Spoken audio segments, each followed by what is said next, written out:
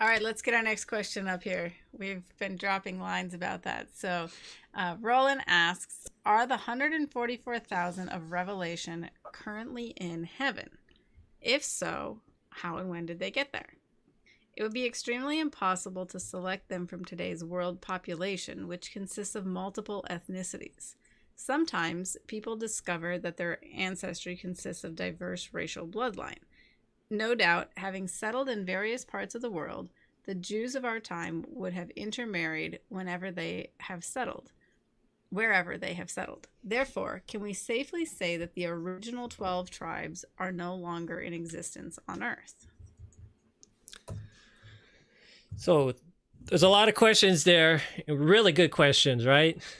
So let's pick apart the first question there. Are 144,000 currently in heaven? And actually, maybe that's one that we'll answer over the course of answering the other ones, because I'm not saying that's an unreasonable thing to ask or even assume that they might still be in heaven, because when you read Revelation, often it's going to talk about this group as if they are in heaven. So you might think, okay, because Revelation is talking about them being in heaven, maybe they're there now. But we have to remember a lot of things that Revelation is telling us are things yet to come. And also, Revelation doesn't stick in exact chronological order. Even within the same chapter, it might be bouncing back and forth between events and placing events that might be actually after something might show up before. And then they go back and forth because it's a chiastic structure. It's a poetic structure where things in the back or early on progressively move towards the middle. And then as you move out, it's sort of a mirror image of it. And I could say that it's hard to visualize it, but some people use a symbol like this to sort of describe the chiastic structure. But now that you know the word, you can look it up and help you know, Revelation isn't necessarily linear. It's there's a lot more going on there. So, but before you dive into this, I'm sure there's viewers that don't really know much about the 144,000. What's significant about the 144,000? And that's exactly where I want to go. So okay. Let's start before they actually show up. You first see the 144,000 in Revelation 7, but let's take a look at the end of Revelation 6.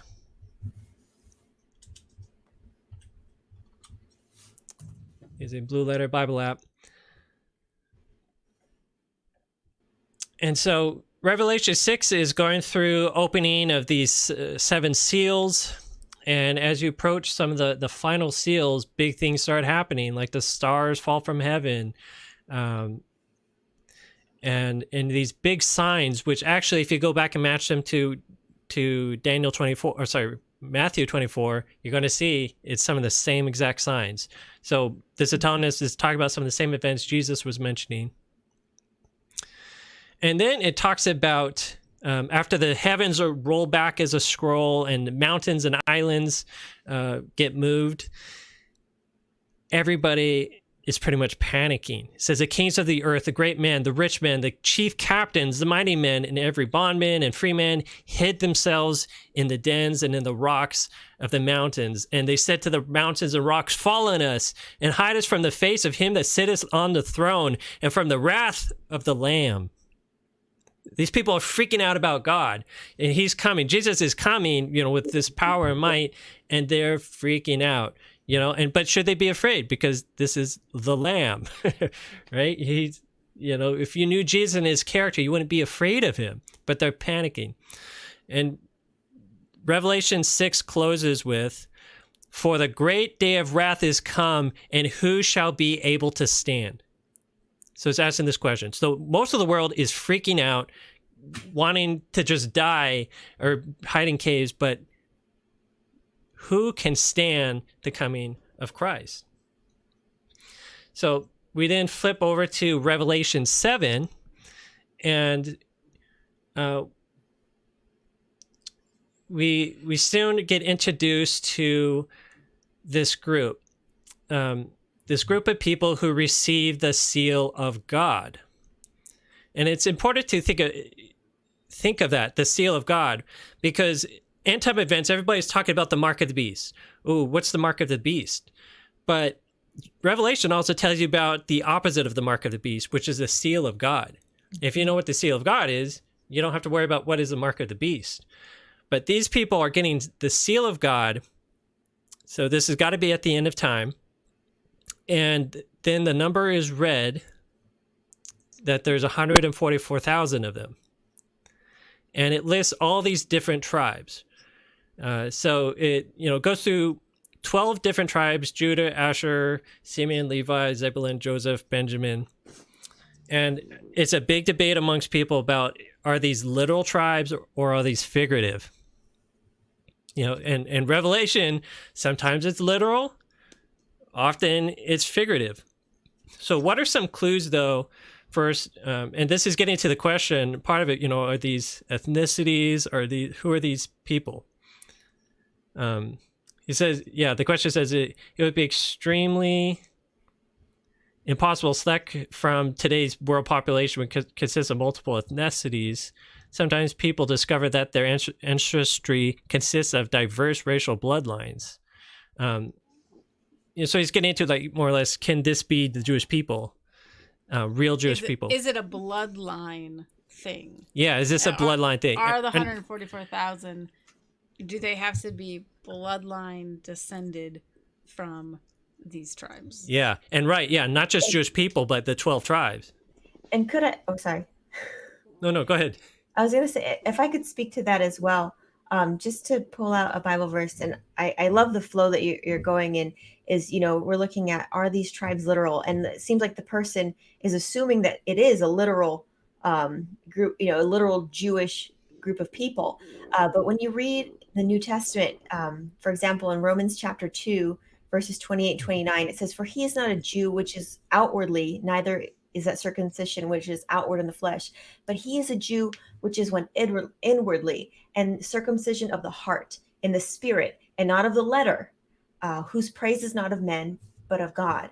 And so just kind of understanding that, this is not a literal Jew. These are not literal Jews only that make up the 144,000. These are God's people from all over the world. That's, in a sense, they're spiritual Jews in that they're God's people, but it has nothing to do with a bloodline. Exactly. And if you look at the Old Testament, so we had the 12 tribes, and actually there's not exactly 12. We'll talk about that, right? And 10 of them early on get hauled off. They get, the ones in what's called Samaria get hauled off. They're spread all over. Nobody knows what happened to them, and their bloodlines have been mingled with everybody else, sort of as the person asking the question indicates. There's no way you could go back and figure out who are descendants of those people. And then you go to the couple tribes during Jesus's time, the Jews, the Levites, maybe some Benjamites, and they also have now been spread throughout the world. A lot of them have been lost. A lot of people who might think they're Jews are not necessarily of the 12 tribes. There's a group of people like the Khazars who, as a people, they converted to Judaism, but they themselves are not, again, direct descendants of the bloodline of Jacob. So how can we then tell who are these people that are going to be in the 144,000? Is Jesus going to somehow still know the bloodlines, or is Jesus looking for something more deeper that's more about the heart? So with these 12 tribes, you look at them, and again, I mentioned there's not exactly 12 tribes. You had the 12 sons of Jacob, and remember, one of them was Joseph. And Joseph is mentioned as one of these 144,000. And Joseph had two sons, Ephraim and Manasseh. And Jacob, just before he died, adopted those two sons as his. So Jacob, in a sense, actually had 14 sons. And how do we get to the 12 tribes, though? So after the golden calf was made, the Levites basically gave themselves over to God. God pulls them, in a sense, out of the 12. They're special. They belong to God. They're not counted. And there's actual Bible verses that say do not count the Levites. and then the half tribe, the two half tribes of Joseph's two sons, Ephraim and Manasseh, sort of become almost like two separate tribes. So Joseph doesn't have his own tribe, but his two sons each get their own tribe. This is the way that Jacob was really blessed. His sons now become two tribes. Wow. So we go back to the 144,000. We look at who's listed on Revelation 7:6. Manasseh is listed as one of those 12 tribes of the 144,000. If you go down to Revelation 7:8, Joseph is mentioned as one of those tribes. So wait a minute. Is there a group of people who are Joseph who are then different than Manasseh? Right. This is. So you would be double counting because Manasseh would be a part of Joseph. So it would be Ephraim. And then why is Manasseh mentioned and not Ephraim? And we look at the tribes. You're also missing the tribe of Dan. Dan is not there. I was just going to mention that too. Yeah. What happened to Dan? I mean, Dan was evil, right?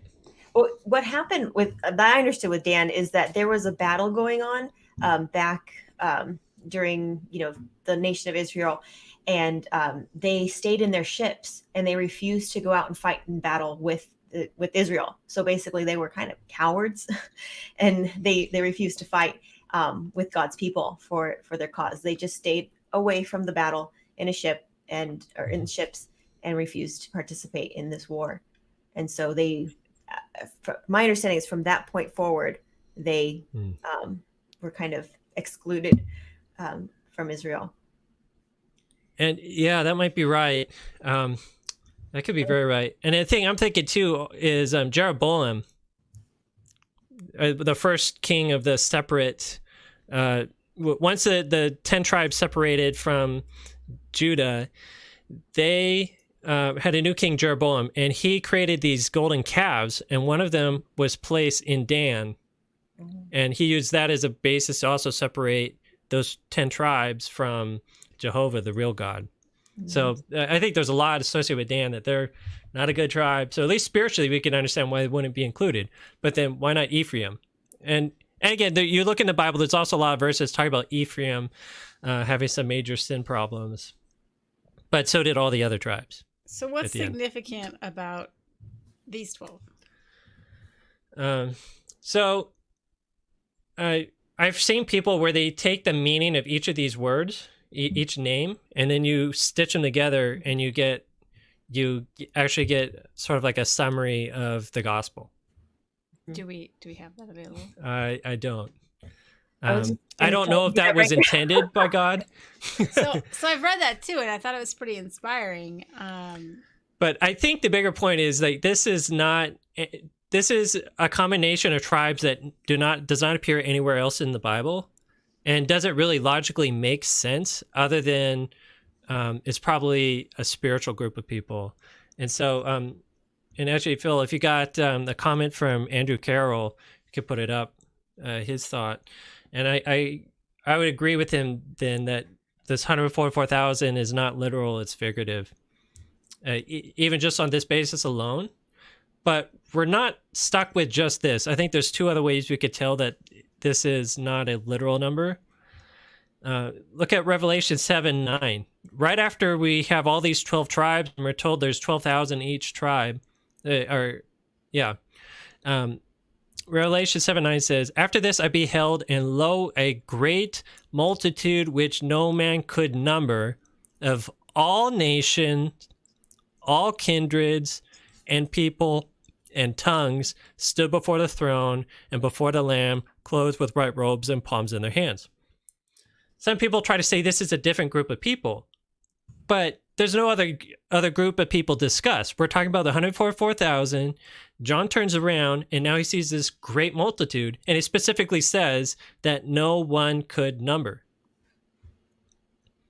So if we just said this group is 144,000 literal, he now just contradicted himself, saying we can't number this group. And then it's saying from all nations and kindreds of peoples and tongues. So this is also rebutting that this is specifically of the 12 tribes literally. And if you go onto the Bible, you also, later on in Revelation, I think Revelation 14 talks about 16,000 stadia is the amount of space of the blood of the wicked when it gets crushed. And what's interesting to me is that in Revelation, you always have this point counterpoint, this yin versus yang, good versus bad of everything. And I would say that is the counterpoint to the 144,000. The wicked people, their blood is 16,000. So that's 4 times 4 times 10,000. Similarly to where we have 12 times 12 times 10,000 or 1,000, sorry. Double checking it. Is it 1,600 stadia or 16,000? I think it's maybe 1,600. I was trying to find that translation of the 12, but. And we're also told that who are these? I think it's here in Revelation. Keep bumping. Who are these? And it says these are they who have gone through the great tribulation. That's in Revelation 7 at the end. Yeah, Revelation 7:14. And starting at 13, and one of the elders asked John, he says, "What are these which are arrayed in white robes, and where do they come from?" And John says, the elder says, "Oh, you don't know?" And he said to John, "These are they which came out of great tribulation and have washed their robes and have made them white in the blood of Christ." So that great tribulation is the same great tribulation that Jesus mentions in Matthew 24. And remember, Jesus said that if these days were not shortened, then there wouldn't be anybody left to be saved, really. But for the elect's sake, those days were shortened. Who's this elect? Christine, what comes to mind when you think of elect? I mean, what does that word mean? Elect definitely means a special, I'm going to say almost like a remnant, like a special group of people called, chosen, and faithful to God, people that are upright. I guess that would also be a word. I like how you use that word remnant, which is interesting because 144,000, it has that 12 times 12 in it. That's how you get 144.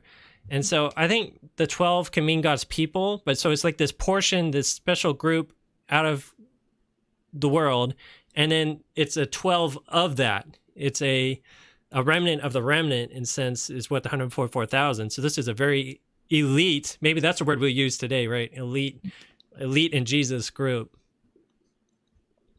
Yeah.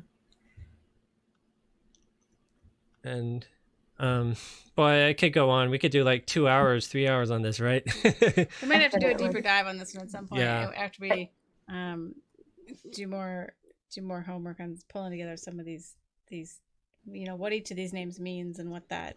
You like to go back to that one? Yeah. Wendy has a question for next time. Yeah, I was doing the same thing, Wendy. I was like, "Oh, this is good." I only got about halfway through, so I don't want to keep us from the next question if we need to keep moving on. Oh, you started putting them together? Yeah, I was like, "Oh, it's interesting." And actually, nice. I think I've heard it before.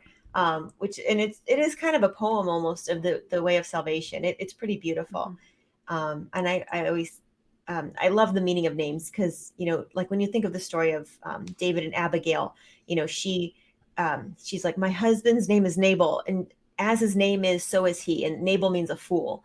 And so in the Bible, everybody's name means something unique and special, and it adds so much richness to the stories in the Bible when you look at the names. Like when you think of Daniel in chapter 1, when Nebuchadnezzar changed his and his friends' names, from those Hebrew names that meant, Daniel meaning God is my judge, to Belteshazzar, which means blessed or chosen of Bel, the god of Babylon. And so it's just kind of interesting how the name of somebody means so much in the Bible, and God really values the name he gives us. And so anyway, that's just kind of a cool thing. So we should pick this one up next time, and and complete the response on this one with that information. I think if our viewers would like that, please chime in and let us know that you would like us to do that, because we're here to answer your questions. So and maybe we should find some Bible verses where it talks about God putting his name in us. Yeah, exactly. And just thinking about, Jacob, his name meant liar. And it wasn't until he wrestled with Jesus and Jesus said, "What is your name?" And he admitted it's Jacob, which meant liar or deceiver, which is what he did. He was a liar. That's why he was in the position he was in. And because he came to a point with Jesus or with God, that he said, this is who I really am. I am a sinner. I'm a liar. And Jesus said, "No, your name is now Israel," which is Prince of God. And so God will change our name. We could come from one thing. We can, be somebody bad. We can be a sinner. But because we come into contact with the Lord, God can change us and give us a new name and give us a new heart. Interesting what something you kind of said there too, that he acknowledged it or recognized it, and then God changed his name. And how often we go through life like, oh, I don't do that. I'm a good Christian. I do what Jesus tells me to do, and I follow Jesus. And like, we like to stay blinded to the things we're doing that aren't actually following Jesus, and we like to cover that and deny it and hide it. And but what you were just talking about is that he actually came to the point of acknowledging that and saying, I am struggling with this problem. I have been living this way, and he owns it. And when he owns it, that's when God actually works and changes who he is, his identity in that. Amen. And just to kind of add even on to that, it just reminds me of the Bible verse, 1 John 1:9, that says, "If we confess our sins, he is faithful and just to forgive us our sins and cleanse us from all unrighteousness." And the only sin God can't forgive is the one we don't confess. And so if we're living honestly with God, he will always forgive us. But it's just coming to the point where we, like you're saying, we have to recognize it and confess it to God. Amen.